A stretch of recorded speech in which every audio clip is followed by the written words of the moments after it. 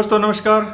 आज की कहानी है क्यों नहीं किए बेटी के पीले हाथ। कहानी शुरू करने से पहले जो भी चैनल पर पहली बार आए हैं चैनल को सब्सक्राइब करें और ऑल का आइकन जरूर प्रेस करें ताकि हमारी आने वाली सभी कहानियां आप तक सबसे पहले पहुंचे। तो चलिए शुरू करते हैं आज की एक नई कहानी। जॉब से भावना अभी अभी घर लौटी थी। थके हाथों से ताला खोलते ही एक पत्थर खिसक कर जमीन पर आ गिरा। पत्थर हाथ में लेते ही पता चल गया कि यह मम्मी का पत्थर है। एक लंबी सांस लेकर भावना ने पूरा पत्थर एक ही सांस में पढ़ डाला। मेरी प्यारी बेटी भानु को माँ का प्यार। तुम कहोगी अभी पिछले ही हफ्ते तो तुम बबीता की शादी निपटा कर लौटी हो और मैंने तुम्हें इतनी जल्दी पत्थर लिख डाला। बेटी बात ही कुछ ऐसी है, इसलिए तो पत्थर लिख रही हूँ। बात यह है कि जो बात मैं तुमसे अब कर रही हूँ वह तुम्हारे सामने ना कर सकी। असल में बात ही कुछ ऐसी है।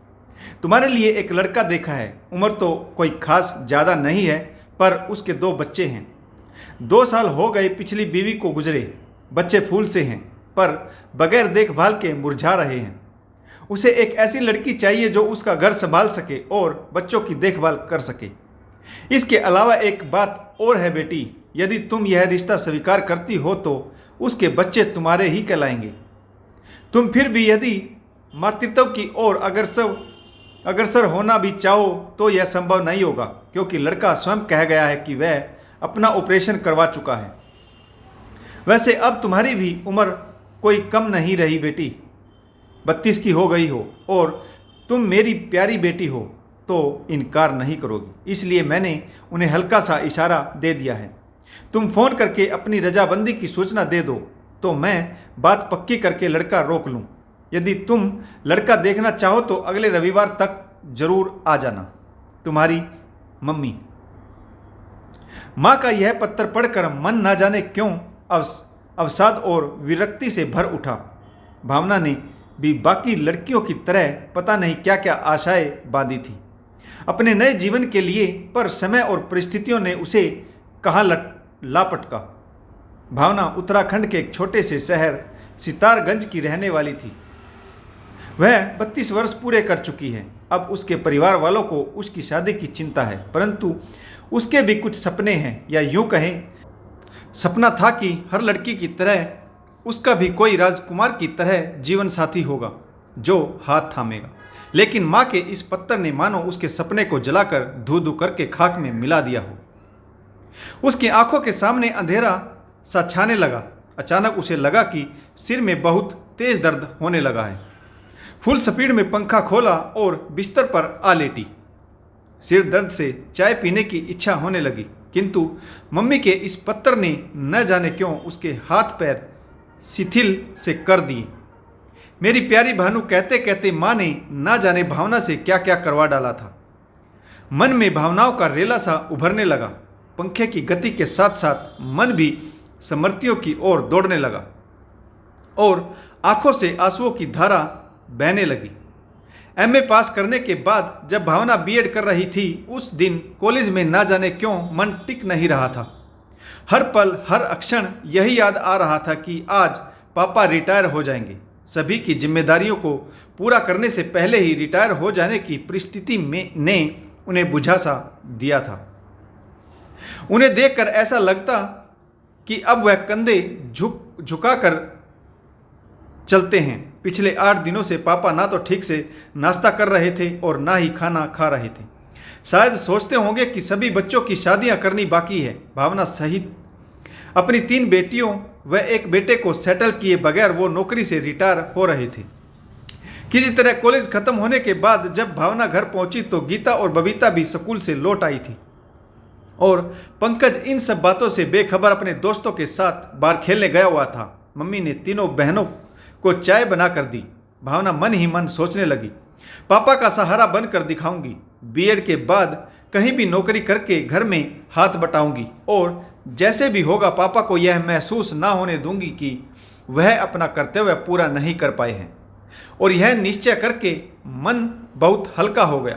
पंकज खेल कर लौटा तो सब ने मिलकर पापा के आने पर उन्हें तोहफे के रूप में एक छोटी सी पार्टी देने की सोची, ताकि पापा को नौकरी से रिटायर होने का ज़्यादा दुख ना हो। शाम को पापा आए तो वह बेहद उदास थे। सब ने मिलकर अपने जेब खर्च से उन्हें खादी का कुर्ता खरीद कर भेंट किया तो ना जाने क्यों पापा सब पर बिगड़ उठे। क्या जरूरत थी इस फिजूल खर्चे की? मेरे ही पैसे से मुझे ही तोहफा देकर कौन सा एहसान जता रहे हो? चलो हटो सब, जाकर अपना अपना काम करो। पापा की तेज आवाज से सब भीगी बिल्ली बने वहां से हट गए। उसके बाद तो हर दिन यूं ही पापा की झिड़कियां खाकर कटते गए। बीएड की परीक्षा फल में उत्तीर्ण होने के बाद भावना ने सभी स्कूलों में आवेदन पत्र भेज दिए थे। एक दो रिज्यूम शहर के बाहर के स्कूलों में भी भेज दिया था। इसके बाद वह इंतजार करती रही, किंतु किसी भी स्कूल से इंटरव्यू के लिए कॉल नहीं आया। वह एकदम निराश हो गई थी कि इसी बीच शहर से बाहर से एक स्कूल में उसे इंटरव्यू के लिए बुलावा आया। अब तक वह घर के खर्चों में काफ़ी खींचतान शुरू हो गई थी। आशा के विपरीत मम्मी ने कहा, नौकरी करनी ही है तो क्या घर और क्या बाहर, इंटरव्यू दे आओ, आगे देखा जाएगा। भावना बहुत खुश हो गई। जब वह वापस लौटी तो अपॉइंटमेंट लेटर उसके हाथ में था। एक हफ्ते बाद ही उसे स्कूल जाना था। भावना को अच्छी तरह याद है घर से बाहर रहकर शुरू में उसने कितनी परेशानियां फेस की थी, किंतु पहली तनख्वाह घर पर भेजकर खुशी के साथ साथ जैसे वह घर अपने आप को बहुत विरक्त सी महसूस करने लगी थी। उसके पापा का तो खुशी से भरा धन्यवाद का पत्र भी आया था। इसके बाद तो यह घिसा पिटा रवैया बन गया था। भावना दिन भर जूझने के बाद थक हार कर घर लौटती, अपने लिए खाना पकाओ, खाओ और बगैर किसी मनोरंजन तथा फिजूल खर्ची के पाई जोड़ते रहो। महीने के 2 या 3 तारीख तक मनी ऑर्डर से रुपए घर भेजो, फिर नए सिरे से मनी ऑर्डर के लिए तैयारी में जुट जाओ। इन सब के बाद भी इस घिसे पिटे रवैये के चलते चलते जब वह 28 वर्ष पार कर गई और घर से उसकी शादी के लिए कोई भी बातचीत ना चली तो भावना का मन ना जाने क्यों उमंगहीन हो गया। यौवन की उठान से मुंह पर जो सुलनापन और लालिमा आ गई थी वह उसे अब लौटती सी महसूस हो रही थी। आंखों का उन्माद बुझने लगा था। कपोलों और अधरों की लाली भी खोने लगी थी। आईने में जब जब अपने आप को निहारती दिल में एक टीस सी उठती। स्टोव की कालिख पुते बर्तनों को मांझ कर हाथों में जो कड़ापन समा गया था वह लाख नींबू रगड़कर और वैसलीन मसलने पर भी कोमलता में ना बदल रहा था। नाखूनों की आगन सी बनावट अपने आप को भद्दा महसूस कराती थी। आंखों के नीचे काले निशान भी पड़ने लगे थे। सिर के सफ़ेद बाल लाख यत्न करने पर भी बढ़ते जा रहे थे। बड़े यत्न से नीचे दबाने पर भी वह ऊपर उभार आते तो उसे लगता कि काश पापा हम बच्चों की शादियों के बाद रिटायर हुए होते। छुट्टियों में जब घर आती तो वह हर समय आस लगी रहती कि शायद कोई शादी की बातचीत चलाए, किंतु दिन प्रतिदिन यूं ही गुजरते जाते। हाँ, लेकिन अक्सर मम्मी पापा का यह दुखड़ा सुनने को जरूर मिलता कि गीता और बबीता का कॉलेज में पढ़ने में बहुत खर्च होता है। पंकज भी इसी साल कॉलेज पहुंच जाएगा, कैसे होगा सब। तब भावना ना चाहते हुए भी उन्हें तसल्ली देती, माँ पिताजी आप चिंता ना करें, मैं हूँ तो सब, जब तक वह चाहे उन्हें पढ़ाइए। भावना की तसल्ली से मम्मी पापा के चेहरे की सिकुड़न कुछ कम हो जाती। शायद वह सोचते होंगे कि उन्होंने अपने दिल की बात तो बता दी, पर घर के हालात तो किसी से छिपे नहीं हैं। पापा कहते, एक तू ही तो है हमारी प्यारी बेटी जो सब बात समझती है, वरना बाकियों को तो सिर्फ खर्चे से मतलब है। भावना बस उन्हें निहारती रह जाती। अपनी ही किसी सहेली से मिलने में भावना को हमेशा शर्म आती, क्योंकि हम उम्र होकर भी सहेली गोद में 2-1 बच्चे खिला रही होती, और जब कभी ऐसी सहेली घर आकर मिल जाती तो फूल से हंसते और किलकारियां मारते उसके बच्चों को देखकर मन पीड़ा से भर जाता था। ऐसे में दिल कुंठा और हीन भावना उसे घेर लेती। तब मन में आता कि घर की जिम्मेदारियों से मुंह फेर कर अपना भी कहीं प्यारा सा घर बसा ले, एक आम लड़की की तरह जीवन जिए, अपने खास होने का जामा उतार फेंक दे। एक बार छुट्टियों से घर लौटकर जब वह वापस नौकरी पर आई तो ना जाने कैसे कच्ची उम्र की कल्पना और भावनाओं की उमंग मन में उठने लगी, क्योंकि उसके घर के सामने वाले मकान में कुछ दिनों से एक नवयुवक आकर ठहरा हुआ था। पता नहीं क्या बात थी उसमें कि वह बहुत भला सा लगने लगा। भावना का जी चाहता कि उसे देखती ही रहे, उससे बात करे, किंतु ऐसा मौका कभी हाथ ना लगा। फिर भी उसकी हर गतिविधि पर वह ध्यान देती। उसकी बातचीत, दोस्तों के साथ खिलखिलाना, ओवरकोट पहनकर सुबह टहलने जाना, सभी कुछ भावना को बहुत अच्छा लगने लगा था। जी चाहता कि वह हर समय उसे ही निहारती रहे। पता नहीं क्या हो गया था कि किसी अदृश्य शक्ति द्वारा उसकी ओर खींचती चली जा रही थी भावना। कभी कभी तो उसे स्वयं पर आश्चर्य होने लगा, कहीं यह उसका विद्रोहीपन तो नहीं है, माँ बाप द्वारा उसके बारे में न सोचे जाने की प्रतिक्रिया तो नहीं है। किंतु दूसरे ही क्षण सिर्फ झटक कर इन प्रौढ़ विचारों से मुक्ति पा लेती और सुनहरी कल्पना में खो जाती। रात भर उसे नींद नहीं आती थी। अक्सर रात को अपने कमरे की बत्ती बुझाकर अंधेरे में खिड़की पर खड़े होकर उसकी गतिविधियों को देखती रहती और मंत्रमुग्ध हो जाती। अपनी चारपाई पर लेटकर सुनहरे ख्वाब बुनने लगती, किंतु यह ख्वाब अधिक दिनों तक ना चल सका। एक दिन देखा कि वह नवयुवक घर पर नहीं है, ताला बंद है, और 2 दिन तक वह घर पर ताला लगा रहा। तीसरे दिन शाम को वह नवयुवक एक सुंदर सी लड़की के साथ रिक्शे से उतरा और सामान ऊपर ले जाने के बाद उसने कमरा बंद कर लिया। भावना ने नीचे उतरकर चौकीदार से पूछा तो उसने कहा अपनी पत्नी को लेने गए हुए थे और आज वापस आ गए हैं। इतना सुनते ही मानो वह किसी नींद से जाग गई। जहां वह अपने सुनहरे ख्वाब सजा रही थी, हतोत्साहित होकर वापस अपने कमरे में आ गई। फिर से यूं ही मायूसी भरे दिन गुजर रहे थे कि तभी एक और विस्फोट सा हुआ। गीता की शादी तय हो गई थी। जी हाँ, भावना की छोटी बहन की शादी तय हो गई और उसके लिए एक बार भी किसी ने लड़का देखने की कोशिश तक नहीं की। तब मन कितना विद्रोह से भर उठा था। क्या मेरी कोई आकांक्षाएं नहीं है? क्या मेरा अपना अलग छोटा सा घर बनाने का मन नहीं होता? क्या मैं सारी जिंदगी यूं ही कमा कमा कर देती रहूंगी और अपने लिए कुछ ना सोचूंगी?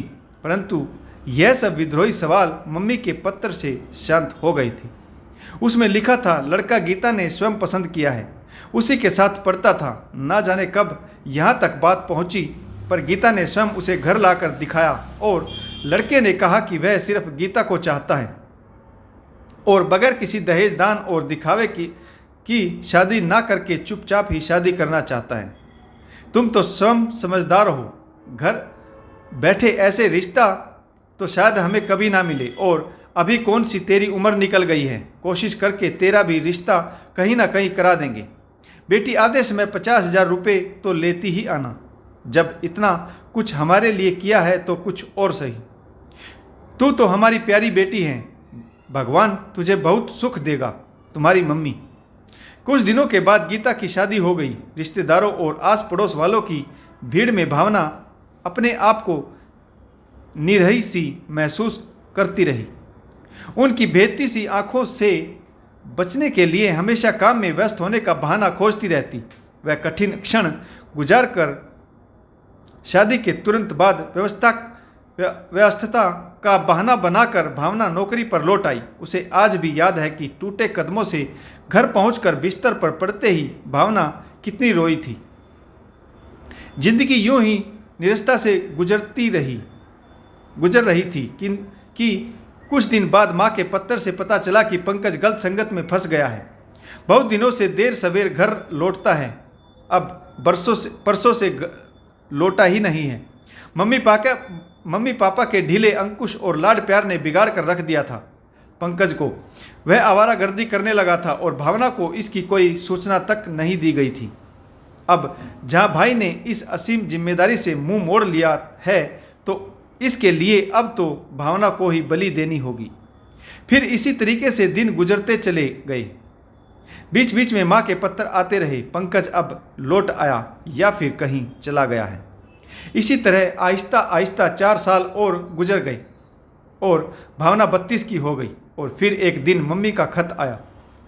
खत में भावना बेटी संबोधन के बाद लिखा था, बबीता छोटी बहन की शादी किसी अच्छे घर में तय हो गई है। घर बैठे बिठाए इंजीनियर लड़का मिल गया है। अब अच्छा दहेज दान तो देना ही पड़ेगा, नहीं तो उसके घर वाले परेशान करेंगे। मेरी अच्छी भानु, जैसे भी हो तुम 1 लाख का इंतजाम कर लेना। कुछ जेवर मेरे पुराने हैं, किसी तरीके से तो करना ही है। और हाँ, आते समय कुछ अपनी पसंद का सामान बबीता के लिए लेते आना। बाकी सब ठीक है। तुम्हारी मम्मी। खत पढ़कर मन गुस्से से भभक उठा था।